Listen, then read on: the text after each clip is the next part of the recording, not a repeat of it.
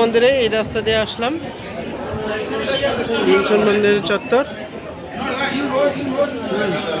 এই স্থানেই ভগবান শ্রীরামচন্দ্র বিভীষণকে লঙ্কার রাজা হিসেবে ঘোষণা করেন, রাজ্যাভিষেক করেন।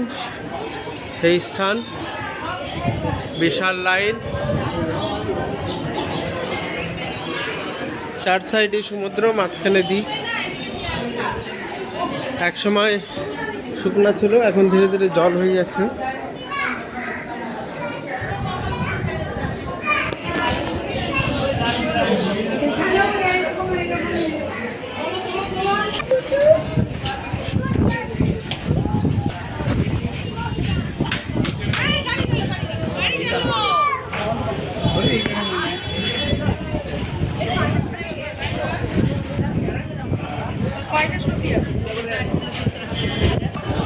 এই সেই পরিসর।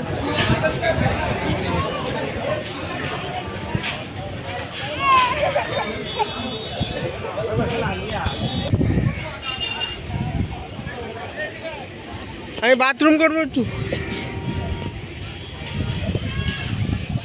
এই সমুদ্র, এই মাঝখানে একটা দ্বীপ।